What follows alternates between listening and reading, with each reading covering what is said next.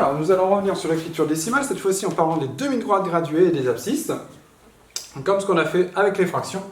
Ici, nous avons donc une demi-droite graduée, on a 0, on a 1, c'est partagé en 1, 2, 3, 4, 5, 6, 7, 8, 9, 10 parties entre 0 et 1. Donc chaque partie représente un dixième. Donc si on se pose la question, quelle est l'abscisse de A, quelle est l'abscisse de B? Ici, on était à 0, 0 dixième, là on a 1 dixième, 2 dixièmes. On pourrait écrire 2 sur 10 sous forme fractionnaire, mais on peut aussi écrire 0,2. L'abscisse du point A, c'est 0,2, 2 est le chiffre après la virgule, donc c'est bien le chiffre des dixièmes. Ici, je suis à une unité, ce qui correspond à 10 dixièmes.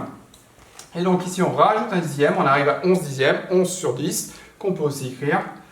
Donc 1,1. 1,1, ici j'ai 11 dixièmes. 11 divisé par 10, ça fait 1,1. Même chose ici, on peut se poser la question, quelle est l'abscisse des points C et D? Alors là, on voit que ce n'est pas partagé en 10, donc ce n'est pas partagé en dixièmes. J'ai l'unité qui correspond aussi à 10 dixièmes, qui est partagée en deux parties. 10 dixièmes que je partage en deux, ça me fait 5 dixièmes. 5 dixièmes, on sait que cela correspond à 0,5. Ici, j'ai bien 5 comme chiffre des dixièmes, donc 0,5. Donc ici, j'ai 0,5. L'abscisse du point C, c'est 0,5. 0, 0,5, 1. Je rajoute 0,5, je rajoute 5 dixièmes, j'arrive à 1,5. Puis j'arrive à 2, puis 2,5, etc. Donc l'abscisse du point D, c'est 2. Ici, ce n'est pas partagé en 10, ce n'est pas partagé en 2 non plus. On compte. Entre 0 et 1, c'est partagé en 1, 2, 3, 4, 5 parties. On avait 10 dixièmes, on les partage en 5. 10 divisé par 5, on sait que ça fait 2. Donc chaque partie représente 2 dixièmes. 2 dixièmes, c'est 0,2. Donc ici on a 0, 0,2. On rajoute 0,2, on arrive à 0,4.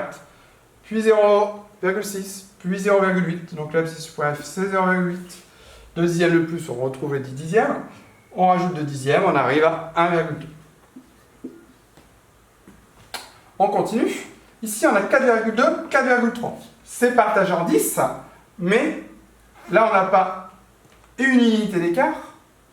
On a un dixième d'écart entre 4,2 et 4,3. J'ai rajouté un dixième. Je suis passé de 2 à 3. 2 est chiffre après la virgule, donc j'ai rajouté un dixième. Donc il faut partager un dixième en 10 parties, puisque là j'ai 10 parties.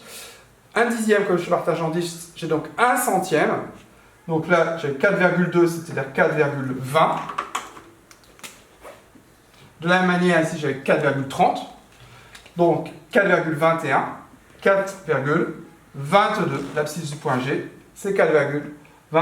4 unités de dixième, 2 centièmes, ou 4 unités plus 22 centièmes, si on préfère, ou 422 centièmes. L'abscisse du point H, 4,3 ou 4,30, on rajoute un centième, donc on arrive à 4,31. Voilà, donc ça il faut savoir, lire les abscisses ou placer des points d'abscisse donnée.